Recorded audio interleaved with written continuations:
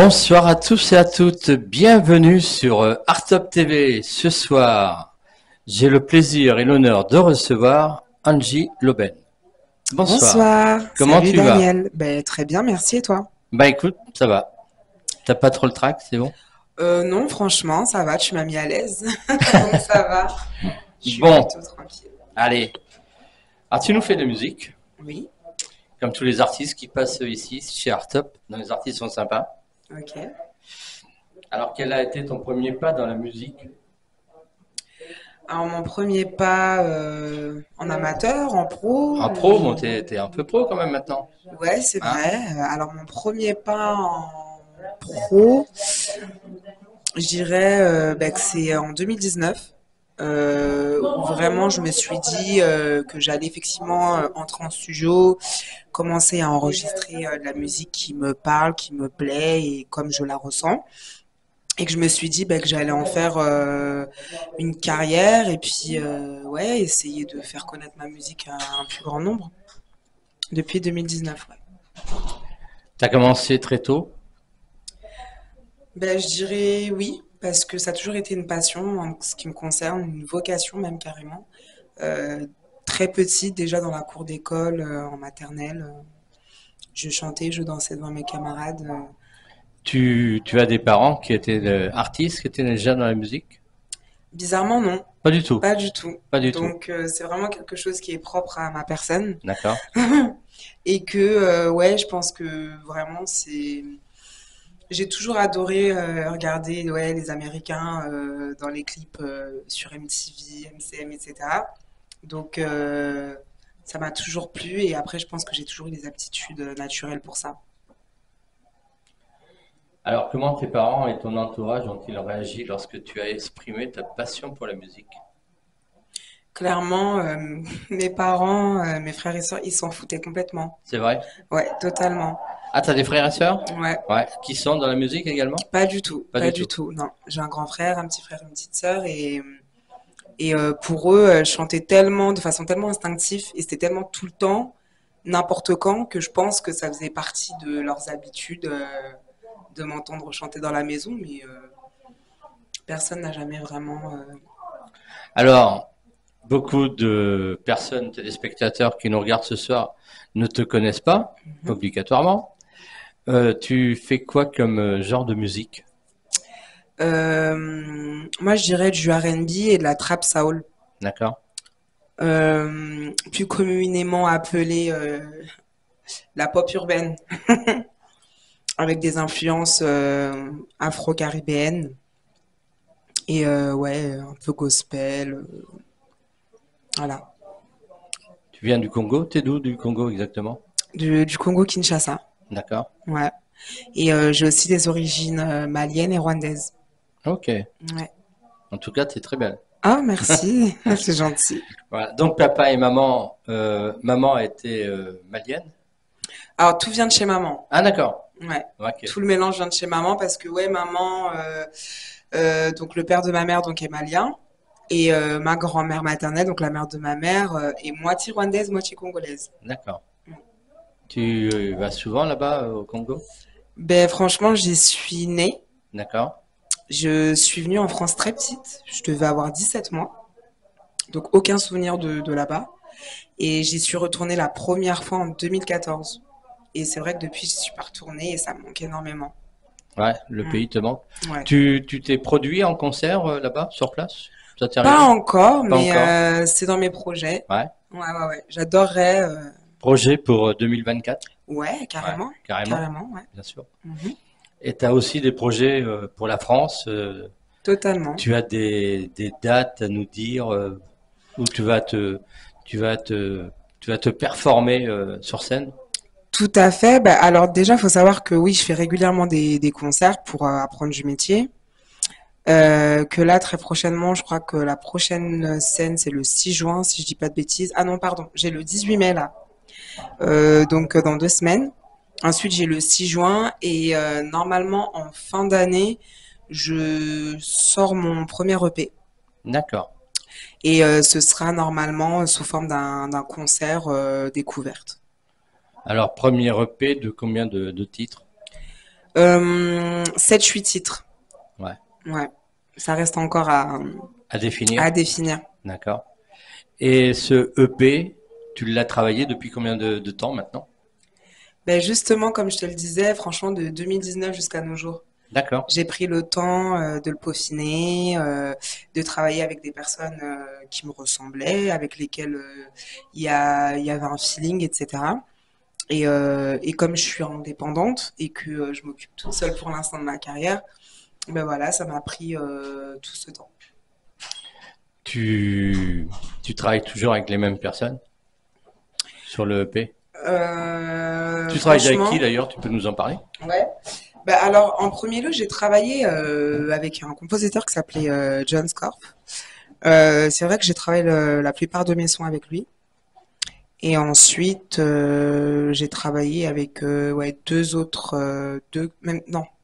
non, avec quatre autres beatmakers parce que j'estime que la musique, enfin pour moi, hein, avant de connaître nos matchs ou avant de savoir avec quel beatmaker on s'entend le mieux ou en tout cas, enfin moi je pense que ouais, faut savoir travailler avec plusieurs personnes pour connaître son réel potentiel et voir ce que ça peut donner.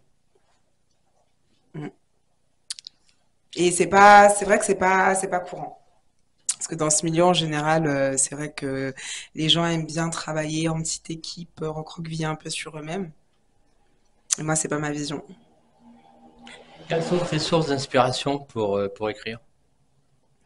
Mes sources d'inspiration pour écrire, c'est avant tout mon vécu. Ouais. Mon vécu parce qu'il est riche, il est Riche, varié. riche en quoi? Ben, riche en émotions, riche en expériences, riche ouais, en leçons de vie, en plein de choses. Et franchement, ma vie, moi je l'ai toujours dit, c'est un film. Donc franchement, j'ai pas besoin de m'inventer une vie ou quoi, parce que ma propre vie, elle a déjà été assez mouvementée. Donc voilà, c'est la majorité de mes textes proviennent de là. Et après, ils proviennent aussi beaucoup bah, d'amis ou de famille ou de connaissances ou d'histoires incroyables que j'entends. Quand tu nous dis que ta vie est mouvementée, dans quel sens? Tu peux nous en parler? Euh, dans quel sens? Ah là là. Ben, on va dire que il m'arrivait pas mal de choses, des galères qui n'étaient pas faciles à vivre pour une jeune fille, quoi. C'est-à-dire bah, déjà la séparation. Bah, comme je vous ai expliqué, moi déjà, quand je suis arrivée en France, j'ai vécu avec ma grand-mère. Je connaissais pas mes parents. Donc voilà, il y a eu cet événement-là. Ensuite, euh, il nous arrivait avec ma mère et mes frères de se retrouver à la rue, par exemple, donc sans domicile. Ensuite, il m'est arrivé la maladie qui m'est tombée dessus du jour au lendemain et c'était une grosse maladie. Donc j'ai dû apprendre à vivre avec, j'ai dû apprendre à me soigner, etc., etc. J'ai dû me battre pour faire mes études parce que ben, la maladie, elle était tellement présente que du coup, je pensais que pour aller à l'école, ça aurait été compliqué, etc. Donc pour moi, c'était un combat de me dire que je vais pas abandonner mes études à cause de ça. Et donc je me suis battue pour ça.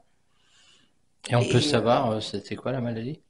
alors oui, je peux vous le dire. Alors c'était une aplasie médulaire idiopathique. Alors c'est une maladie orpheline extrêmement rare qui doit toucher un cas sur 250 000.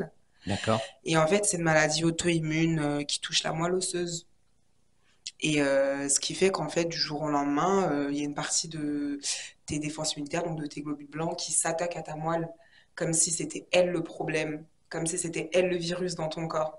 Et donc finalement, elle t'empêche de créer toutes les cellules nécessaires à ta survie. Donc ça a été assez compliqué, ouais. D'accord. Mm. C'est très émouvant en tout cas, ce que tu nous racontes. Mm. Tu joues d'un instrument de musique. Un tout petit peu de guitare, Ouais. ouais. Et tu l'as pas ramené ce Je soir. l'ai pas ramené ce soir, malheureusement, parce que je suis Bon, pas assez bonne. c'est vrai? Voilà. En général, j'aime bien performer ou faire quelque chose quand je le maîtrise Ouais, et que je me sens à l'aise. Et quand je suis pas assez à l'aise, je préfère m'épargner d'accord. des moments de Donc, malaise. quand tu es sur scène, tu seras pas en guitare, tu es plutôt en voix. Plutôt en voix et plutôt en danse. D'accord. Voilà, En une autre forme danse, qu'est-ce que d'expression. tu fais comme danse?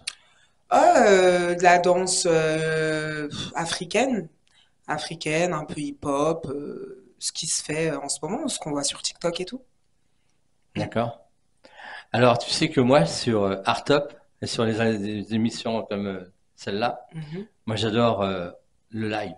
Tu peux Ok. nous faire un peu de voix là? Ouais. Qu'est-ce que tu veux, une chanson à Ce que tu veux, moi? une chanson à toi, tu nous fais ce que tu veux, t'as le champ libre. Ok. Ben, je vais vous chanter un de mes sons du coup. D'accord? Un son que je compte sortir là dans pas longtemps qui s'appelle Madame. D'accord?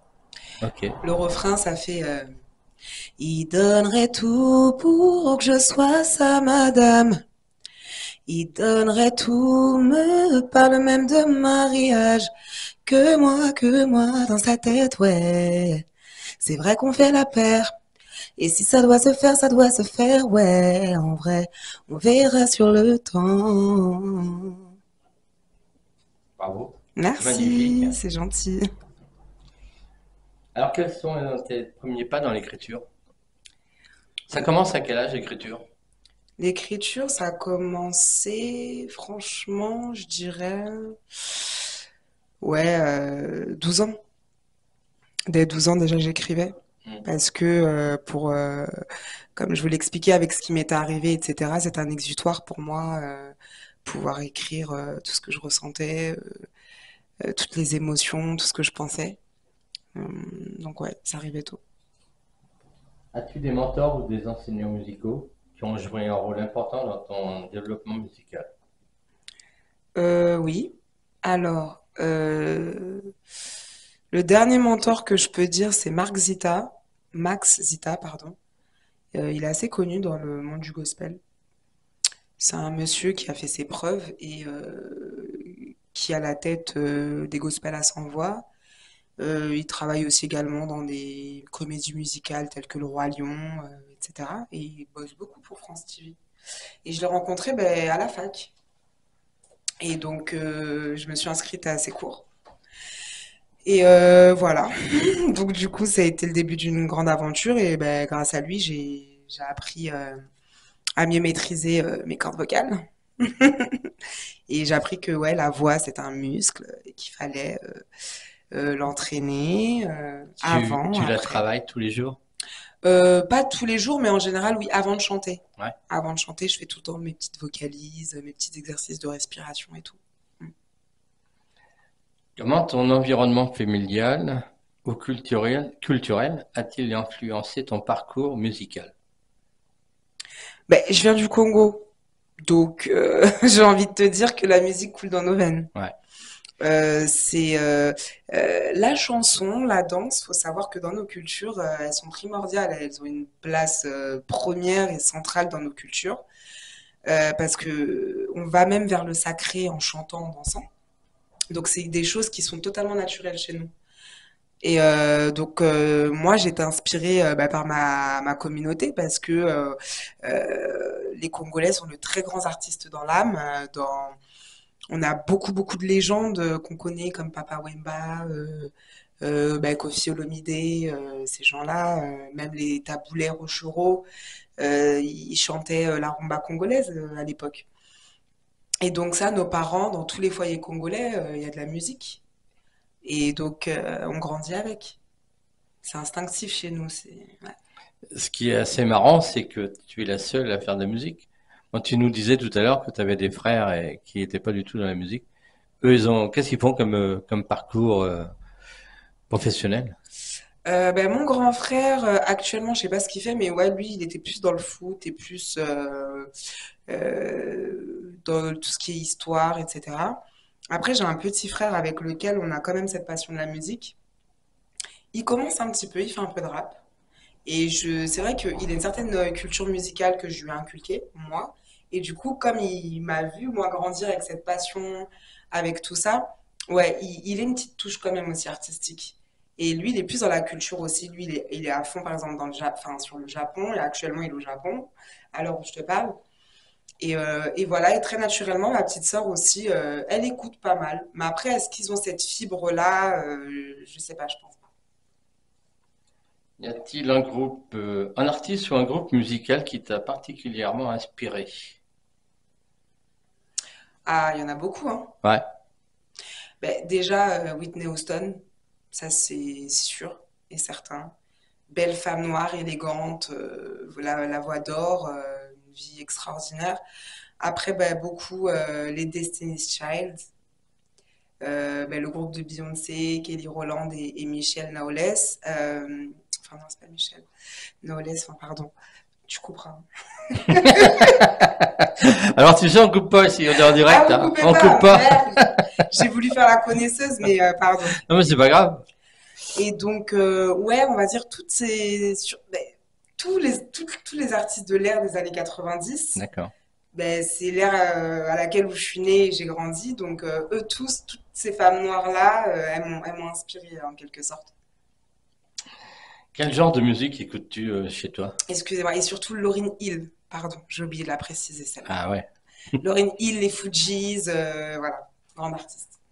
Quel genre de musique écoutes-tu à la maison? Éclectique, j'écoute de tout. J'aime beaucoup écouter du jazz, de la soul. J'aime le disco, la funk et beaucoup, beaucoup de R&B.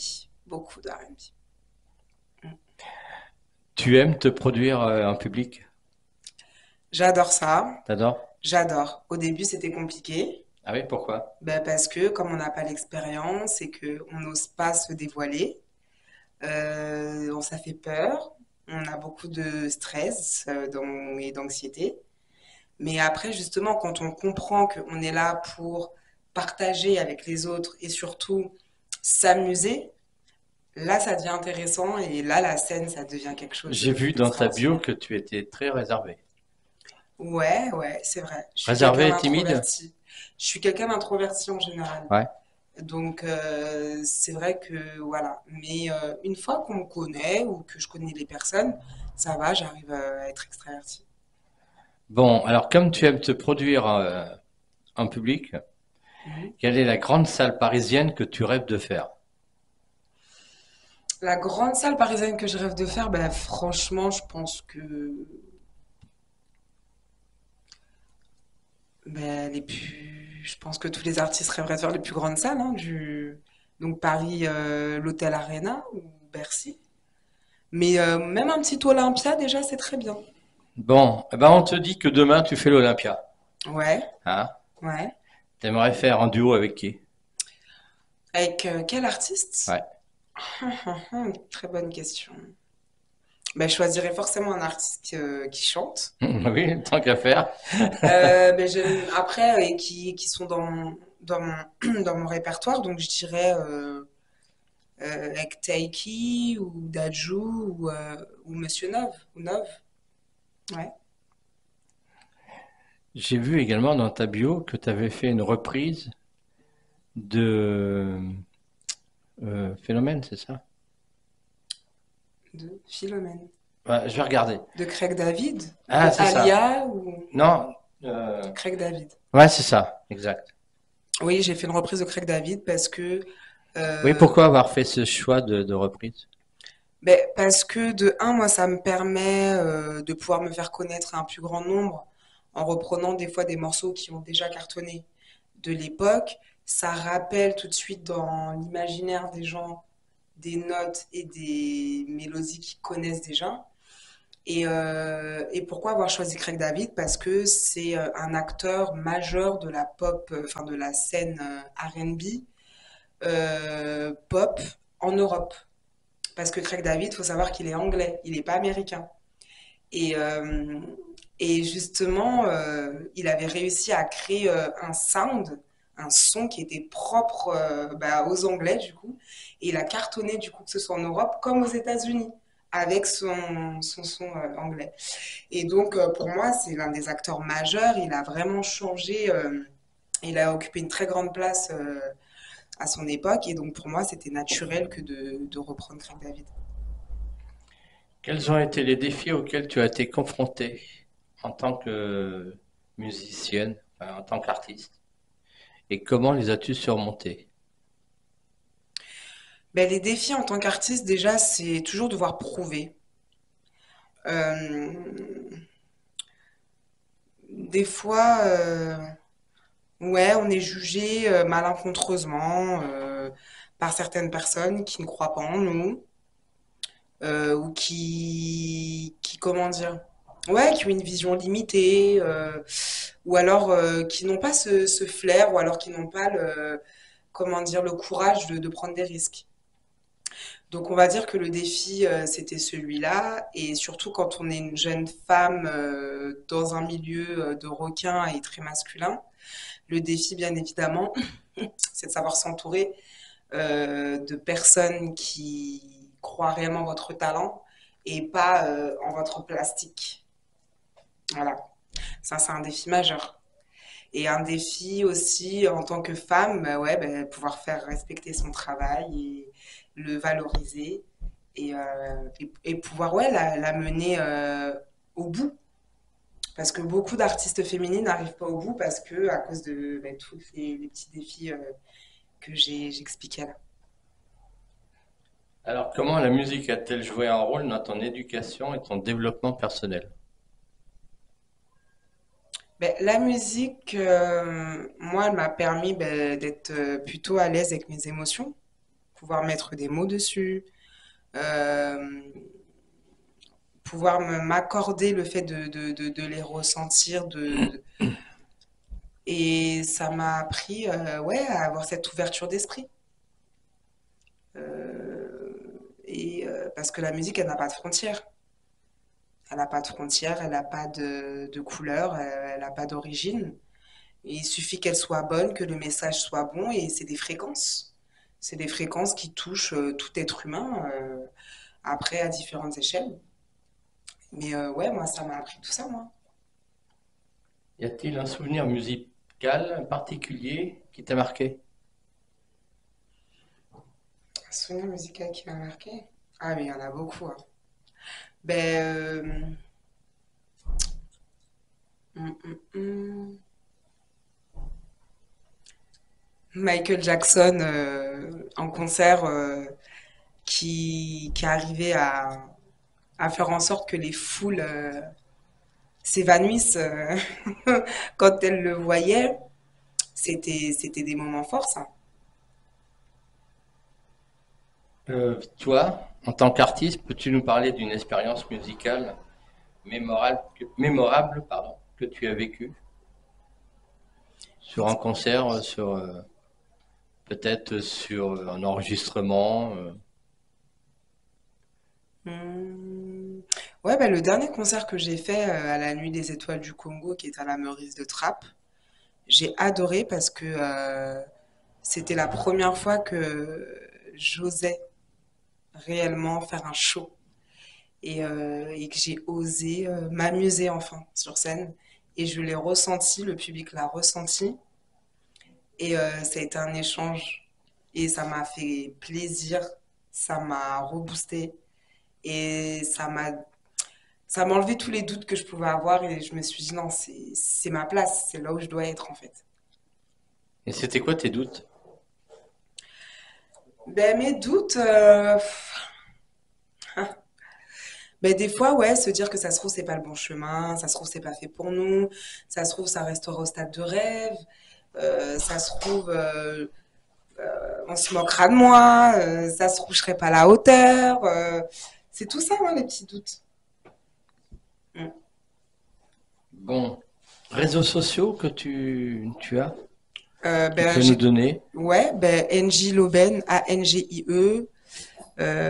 Loben, sur Instagram, sur Instagram, sur TikTok aussi, sur Snapchat. Non, par contre, sur Snapchat, c'est Angelissime.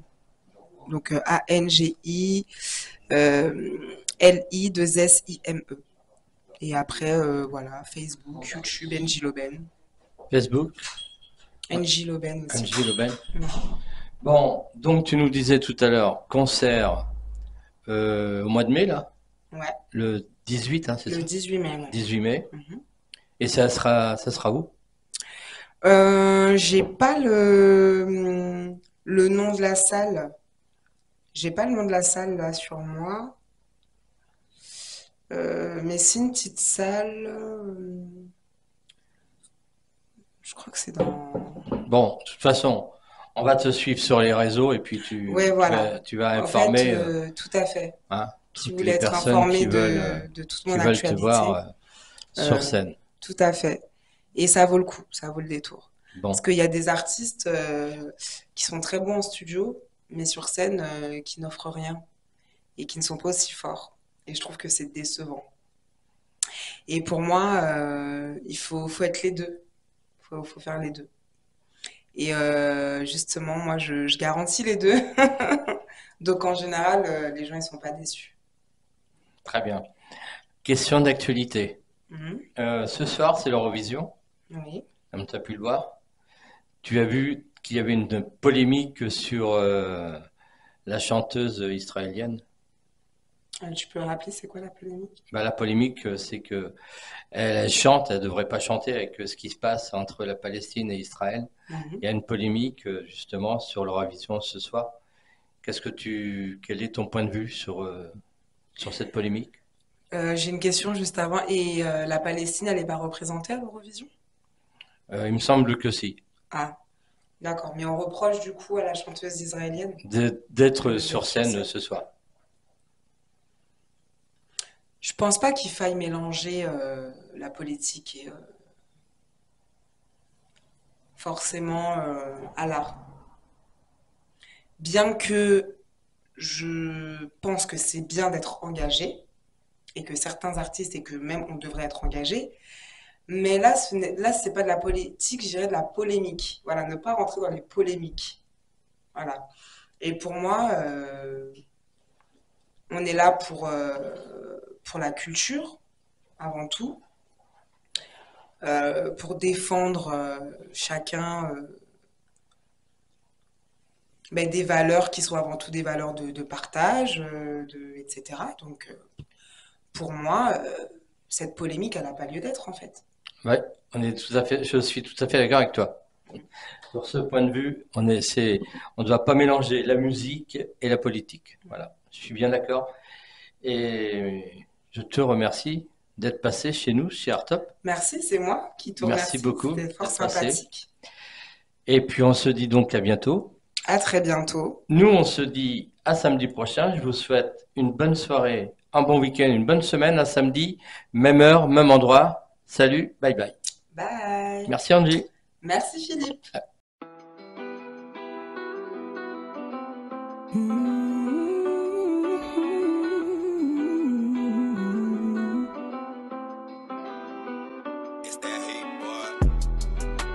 Baby, baby, baby, entre nous c'est plus possible.